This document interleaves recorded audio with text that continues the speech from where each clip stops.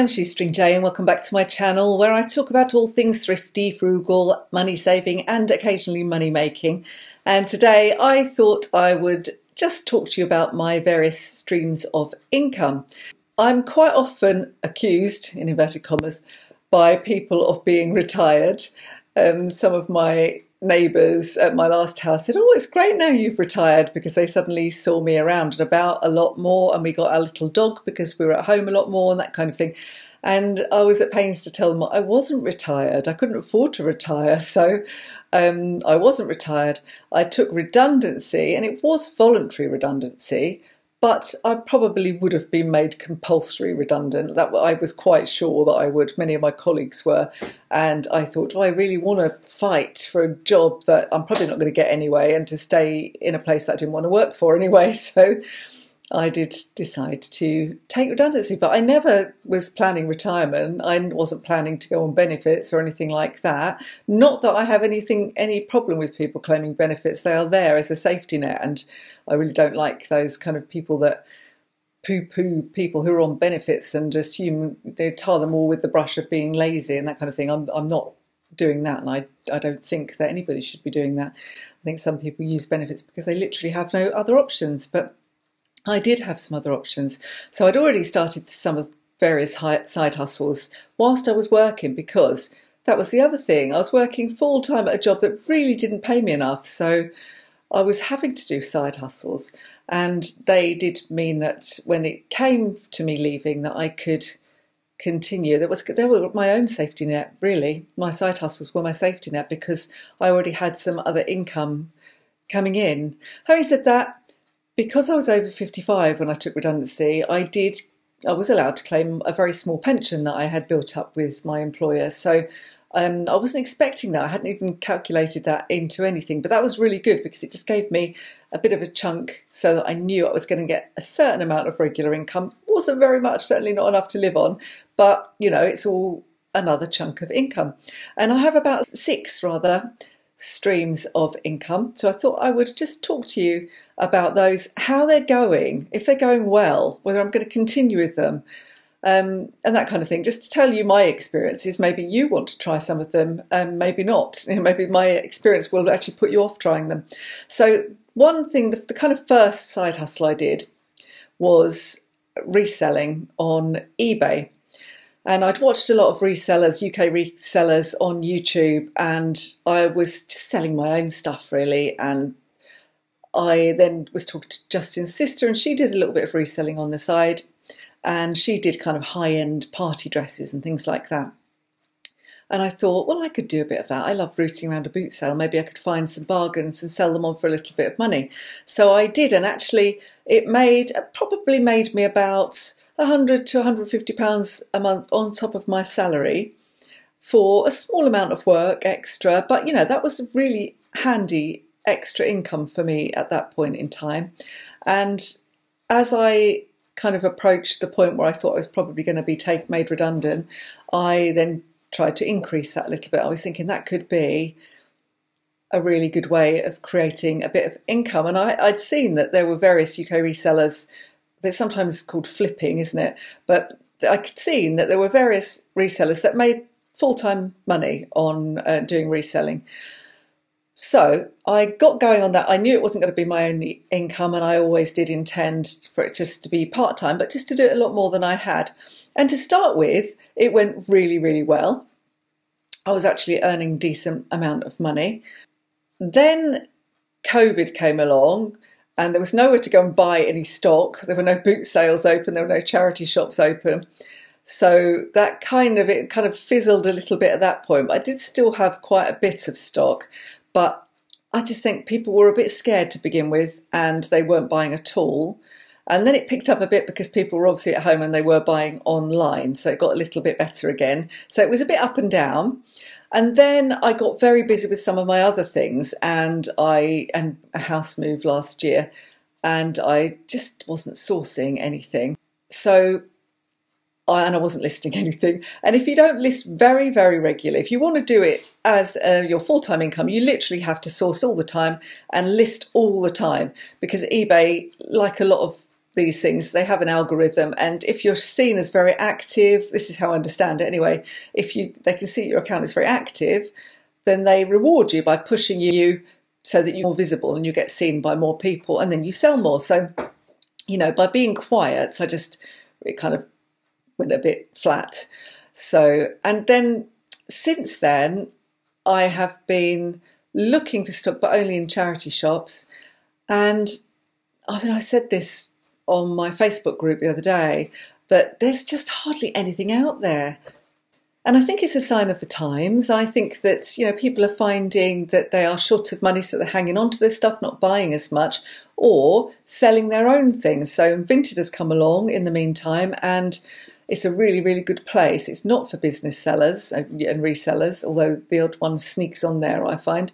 But it's a really good place to buy a bargain, and it's a good place to sell your old stuff.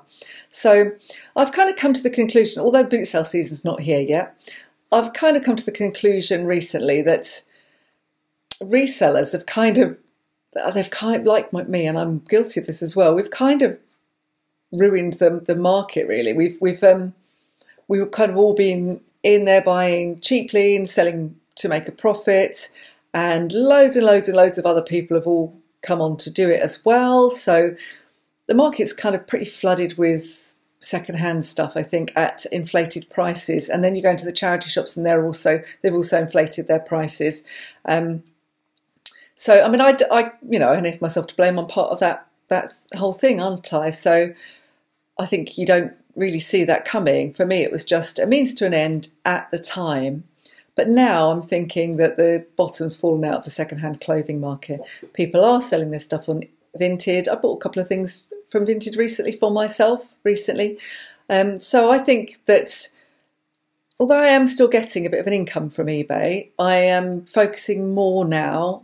I haven't got any clothing at all to list. I'm focusing more on kind of collectibles and vintage items, and I think when I go to the boot sales, I will look more at bric-a-brac and see if, you know, is it worth doing it. When I think that my clothing takes up a lot of space. I mean, I had my whole office at my last house was full of boxes of clothing. Now, I mean, obviously I've sold some and I haven't replenished it, so it's still taking up a lot of space in the garage though.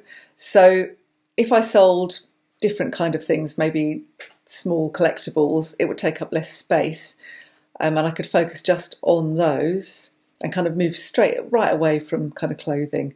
But, you know, it's difficult really. I don't know exactly what I'm going to do here. I know some of the people that I used to follow, UK resellers who sold clothing, seem to have moved to specialist things. Like a couple of them have moved to mainly doing jewellery. Well, I don't have a way of getting hold of a load of costume jewellery. I guess they pick them up at auctions, I'm not sure.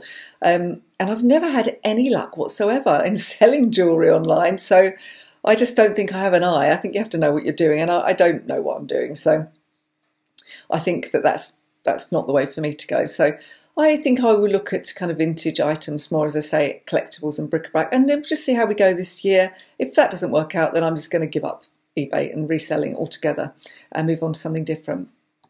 So that's eBay. And my second source of income is blogging. So you think, how do you make money from a blog? And there's a couple of different ways. So I wrote my blog initially. I started it, it's shoestringcottage.com if you want to check it out. I started it initially just for fun, and it was just a way of kind of tracking my own kind of frugal journey, if you like. And then I met other bloggers, and I realised that people actually made money from blogging. I didn't even know you could make money from blogging. Wasn't my initial thing. But, you know, again, I was looking for extra ways to earn money. So I was trying to think, how can I monetize my blog? And then when the redundancy hit again, you know, I was glad that I'd monetized it. So what I did initially was I kind of did a bit of networking, and I got to know other money bloggers, and I joined a couple of Facebook groups, you know, that kind of thing. And then, you know, you get presented with opportunities. So sometimes people would tell me that there was a certain company who were looking for a few bloggers for sponsorship deals, and that was normally kind of financial institutions. So I did get a couple of sponsorships like that, but because my blog really focuses more on frugality than personal finance, it wasn't always a really good fit. But I did also learn that there were companies who wanted bloggers so that they could place advertising on them and adverts. So although I do understand that people get irritated when they go onto blogs and other websites and you're blasted with adverts, and it can be quite hard. Newspapers are particularly bad, aren't they? It can be quite hard to find the story because there's so many adverts being thrown at you. So I was keen for it not to get to that level, but you know, if I have no job and I'm going to spend a lot of time writing articles for my blog, then I do need to earn some money from it. Otherwise, just stop. I just need to stop. And I think I did get some people when I started taking adverts on my blog who told me that they weren't going to bother reading it anymore because they didn't approve of the adverts. And I kind of understand that in one respect. But also, I think, well, you know, you were entertained by the blog, you enjoyed reading the articles, but you fully expected them to be presented for nothing. I mean, they are for nothing for you because you don't have to pay for anything, you don't have to click any links on the adverts.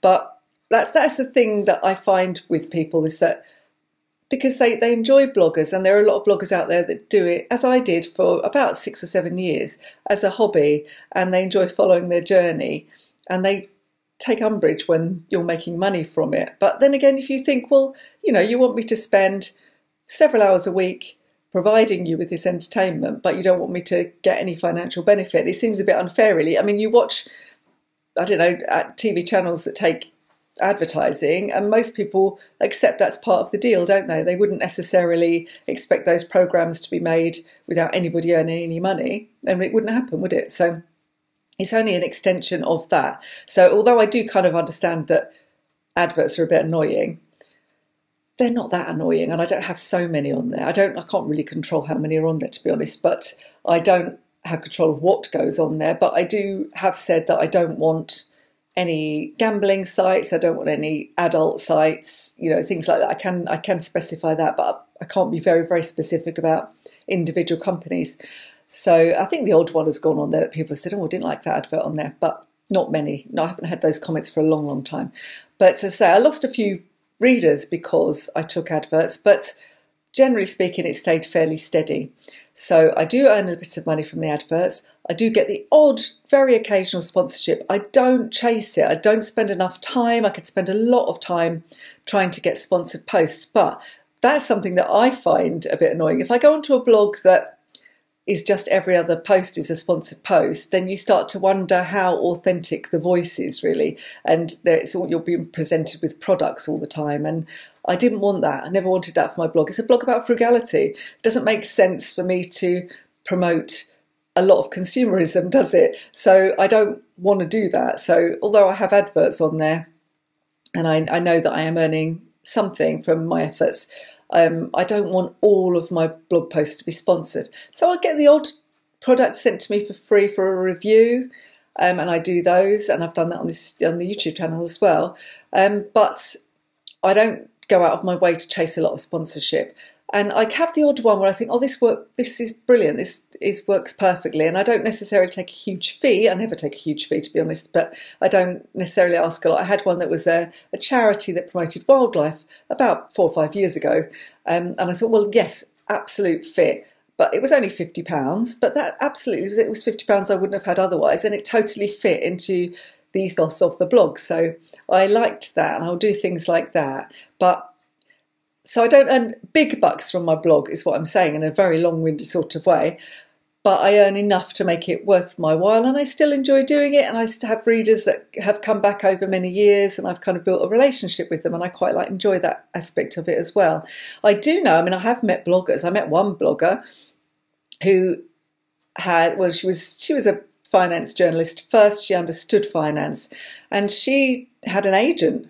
She actually had an agent on her blog, and she earned upwards of £80,000 a year from her blog, which made me think, oh, I really should make more of an effort. But I don't, that's not what I want. I don't want to do that. And so her blog is very informative. It does have a lot of very kind of expert personal finance type articles on there, which I couldn't write. I'm not a personal finance expert, but I could certainly do better if I wanted to. So, it's more than possible if you really want to make a living from a blog. And I know people that do. She's not the only one. I know other people who make a living as well. So you can do that. You have to find your niche if you want to do that. For me, it's nice for me just to keep it ticking over. So that's good enough for me at this point. My third source of income is now YouTube. I'm not a massive YouTuber. I think I have about 6,000 or 7,000 subscribers. So, but again, it's something that I started doing because I enjoyed doing it. It seemed to fit in with my blog and my lifestyle. And I thought, well, yeah, let's give it a go. Let's give it a go. And I got monetized fairly quickly. I didn't really expect to. I think it took about 4 or 5 months really, but I think I had enough people from the blog and my Facebook group, my Secondhand Frugal Life, that automatically came over, that I got enough watch time and enough subscribers fairly quickly to get monetized. So again, it's Google AdSense. They pay really badly. I did have those on my blog first, actually, and I earned about £25 a month from Google Ads. And I thought, well, if I'm going to have ads on my blog, I want to earn a bit more than that. They do run the ads on YouTube. It pays a bit better on YouTube, but it doesn't pay very much. I mean, for the views, I can get, I don't know, say I've got 10,000 views on a video, it'd only be, I don't know, I'd probably get about 50 quid from it. So it's not very lucrative. I know some of the huge YouTubers that have thousands and hundreds of thousands, it's a really good income for them. But again, this is just another source of income. But because I don't earn massive amounts of money on YouTube, I have reduced it to 1 video a week now. I was doing 2, I was even trying to do 3 at one point, but when I thought, actually, it's a lot of effort. I mean, it doesn't look like a lot of effort. You feel like you just sit down and have a chat. Sometimes I've really spent a lot of time preparing a video, actually do the video. I then have to edit it and upload it and do a little thumbnail and then publicize it. So there's a little bit of work that is involved. I mean, it will take a whole day out of my week. So if I was doing 3 videos and it took me 3 whole days, that just wouldn't be sensible to kind of do that for the financial return that I'm getting. So, it shouldn't all be about money maybe, but, in reality, I don't have a job. So I can only earn what I can earn. And again, I say to people, they don't like the adverts. You can skip them, but if you want your YouTubers you want it to be worthwhile them making the videos that you enjoy watching, then I would say occasionally let the adverts run, because go off and make a cup of tea or something, because that's the only way that the creators on YouTube get paid. And if you don't watch the adverts, they don't get paid at all. Even if you do watch the adverts, they don't get paid a lot. But so that's what I would say. Again, it's just like, if you enjoy a certain creator and you enjoy their channel, then don't expect them to do it for nothing. You wouldn't expect anyone else to do anything for nothing. So I didn't know this before I started doing YouTube, and I'd be very irritated by the adverts, and I'd skip through them and think, oh, why do YouTube interrupt my viewing with them they're in inappropriate places sometimes, aren't they? Right in the middle of saying something interesting. And I don't have any control over where they are within my videos. So they just go where they go. So that's quite irritating, I think. But now, if I enjoy a certain YouTube creator, I will always just let their adverts run so that they earn some money from it. So that's another source of income for me. My 4th stream of income is now my book. So I wrote this book, Extreme Frugality, Save Money Like Your Grandma, and published it through Amazon. So it's a self-published book.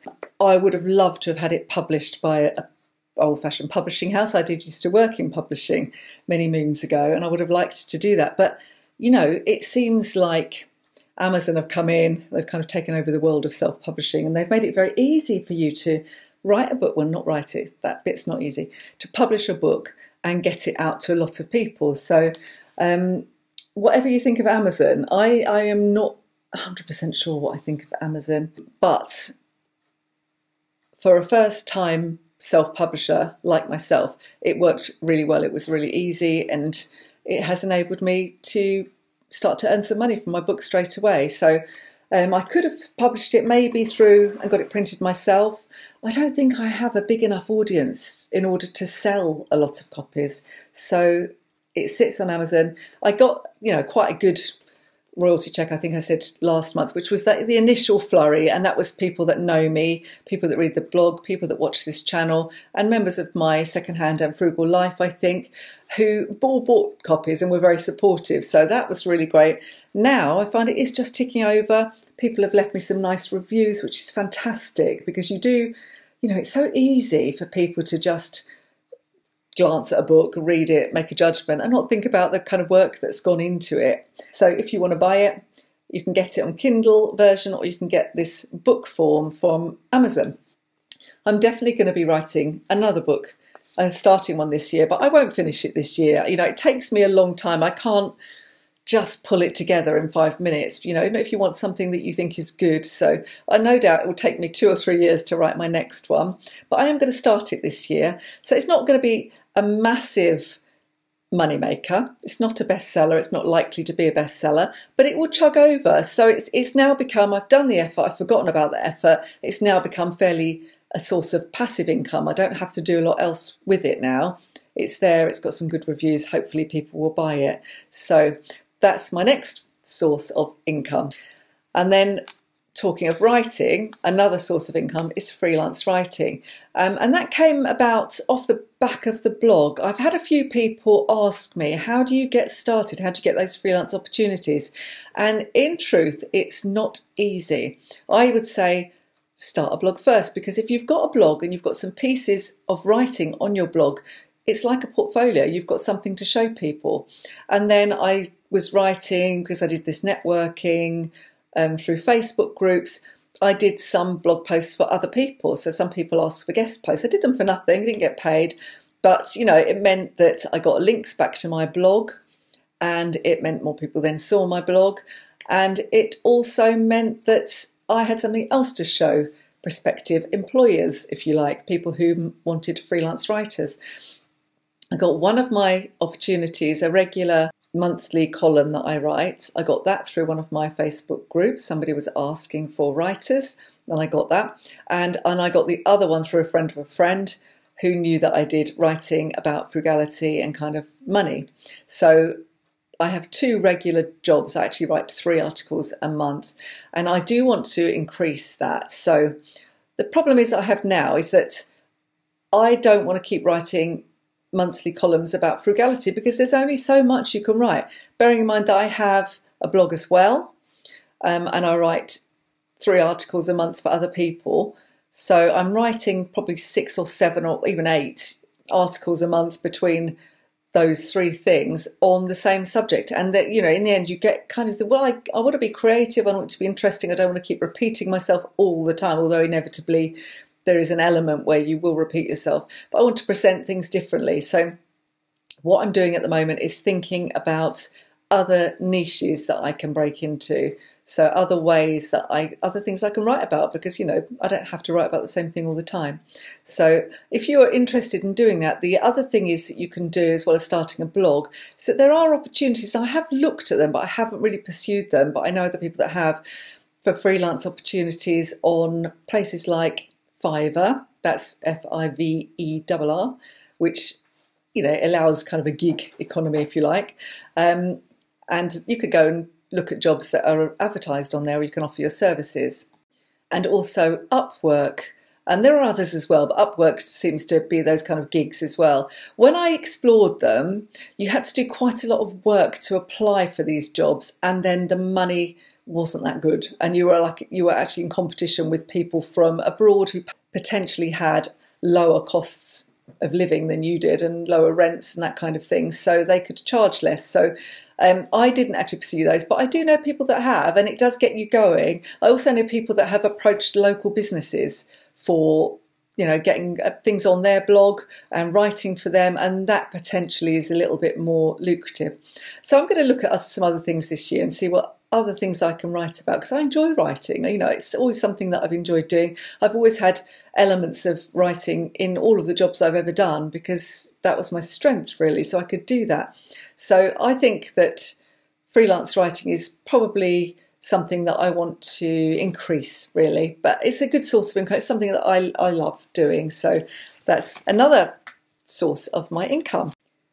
And something else that I started doing last year, sort of, I don't know, probably about a year ago, maybe middle of last year, was house cleaning. So we'd got to a position where we'd put the house on the market. Our lodger left because we had a lodger, and that's a separate source of income. I'll come on to that.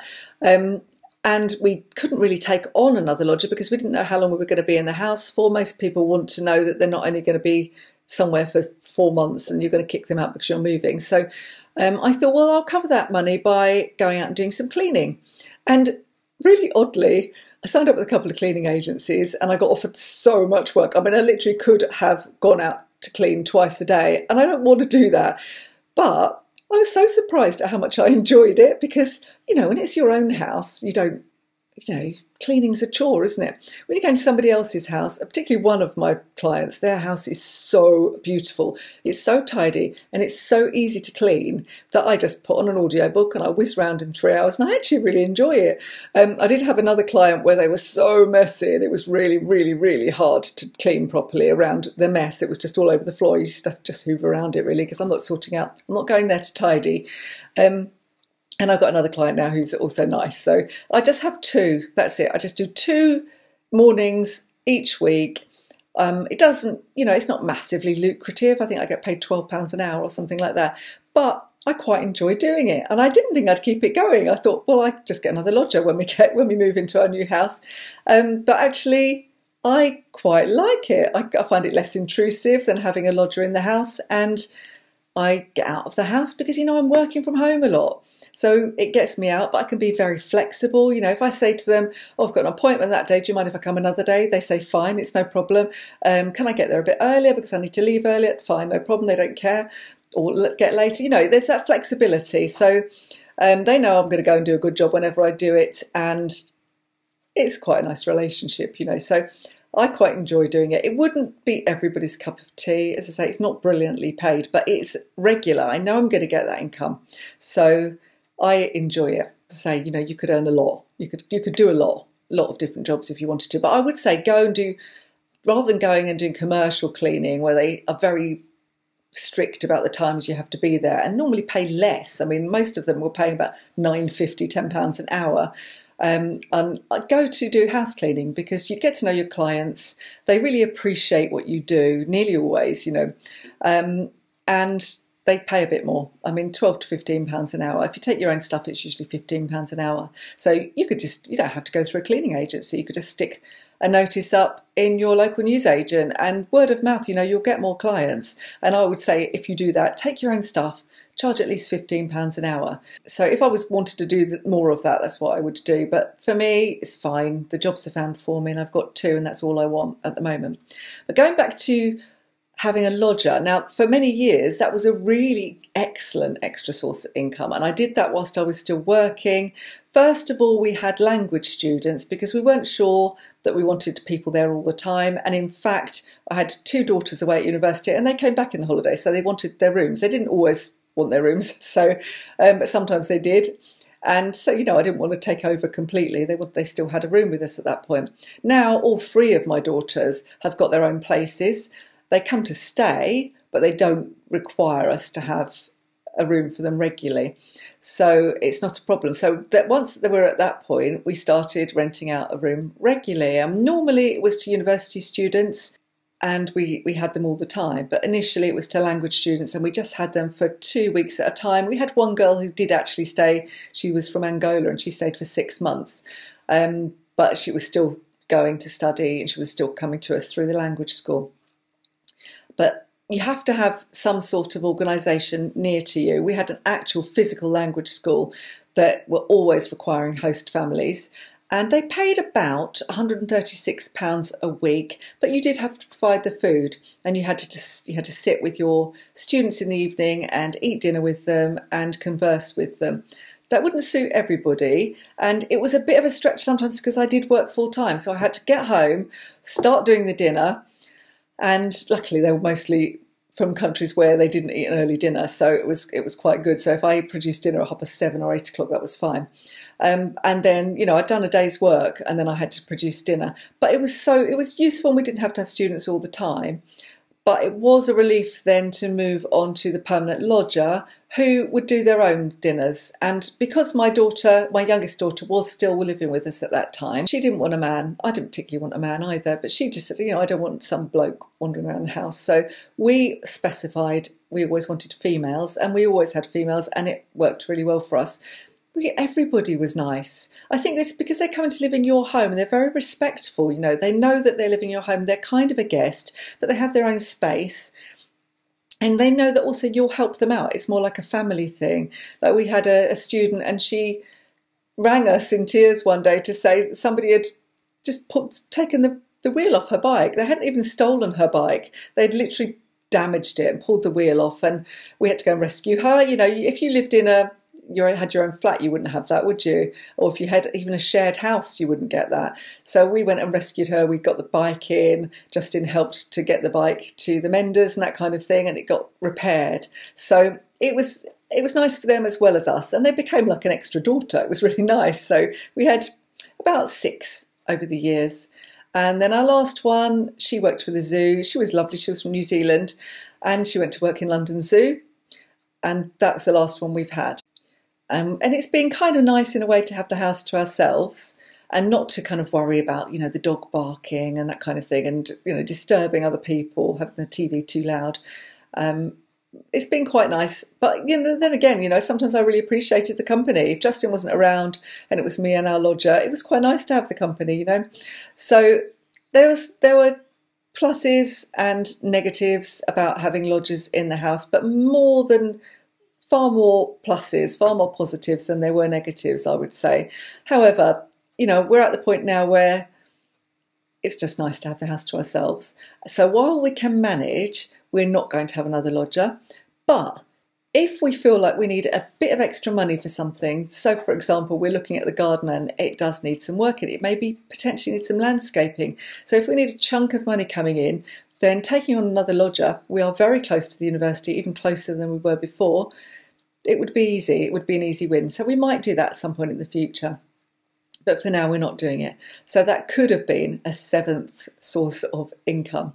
So I was kind of moved to make this video today by Jeremy Hunt, who is the Chancellor of the Exchequer here in the UK, trying to urge over 50s back to work. Apparently, lots of over 50s took early retirement, maybe during COVID. They thought life was too short, or they got laid off and they thought, I'm not going to go back. You know, I can manage. Or they might maybe have got to the point where they'd paid off their mortgage and thought, I don't need to do that. So he is saying that there are lots of people who are economically inactive in the economy. And so some people might think that's me, but I'm not, because I do things to make money. And I do also think that if you are at the point where you don't have to have a job, then that's really your decision. You know, you don't have to work until you're 67 now, if you can find a way to avoid that. A lot of people will have to. I mean, I won't get my state pension until I'm 67, but I will get another small pension this year, and that will mean that, you know, I maybe have to work even a bit less. But, you know, you get older and you get more tired. It's true that you do get more tired. However, you are more than capable of doing an array of things.